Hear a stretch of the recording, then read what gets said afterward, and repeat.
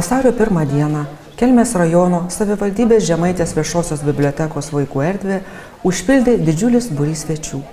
Tai Kelmės specialiosios mokyklos mokiniai bei jų mokytojai, jaunieji bibliotekos lankytojai, taip pat savivaldybės, policijos, švietimo atstovai.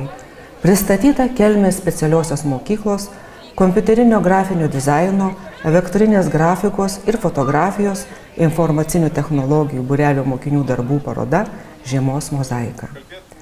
Kelmės specialiosios mokyklos informacinių technologijų bei neformaliojo vaikų švietimo fotografijos ir vektorinio piešimo būrelio laisvasis mokytojas Valdas Kančauskas pasidžiaugė savo mokinių sukurtais darbais, fantazija, spalvos ir erdvės suvokimu, kantrybė ir prisipažino, kad surengti parodą nelengvas uždavinys. Padėkoja bibliotekai už bendravimą ir bendradarbiavimą. 3 metus mokiniai dalyvauja respublikiniuose ir tarptautiniuose kompiuterinių kalėdinių atvirukų piešinių konkursuose. Moksleiviai buvo nupiešę net 52 piešinius. Konkursams pateikti tik brandžiausi ir meniškiausi darbai.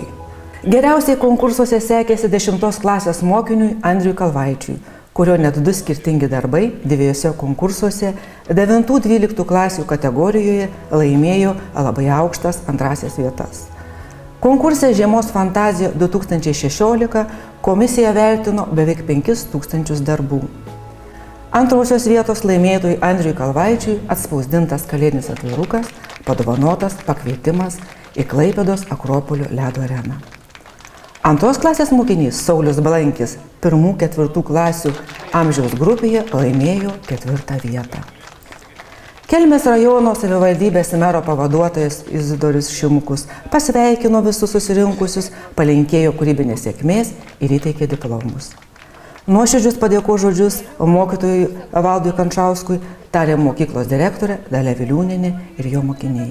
Kūrybiniais vaikų gebėjimais džiaugiasi savivaldybės kultūros, švietimo ir sporto skyriaus vyriausioji specialistė Daiva Stonienė, Valstiečių ir Žaliųjų sąjungos pirmininkas Vytautas Barkauskas bei Seimo nario Juozo Rimkaus padėjėja Janina Skeberdinė, policijos atstovė Vilma Cikevičienė, bibliotekos direktorė Rita Grišienė.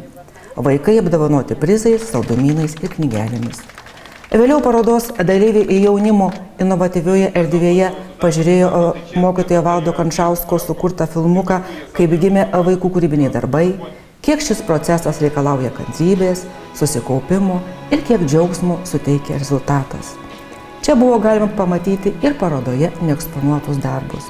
Nors už lango žiema, bibliotekos vaikų erdvė nušvito ryškiomis spalvomis ir suspindo saulė kiekvieno susirinkusio širdyje.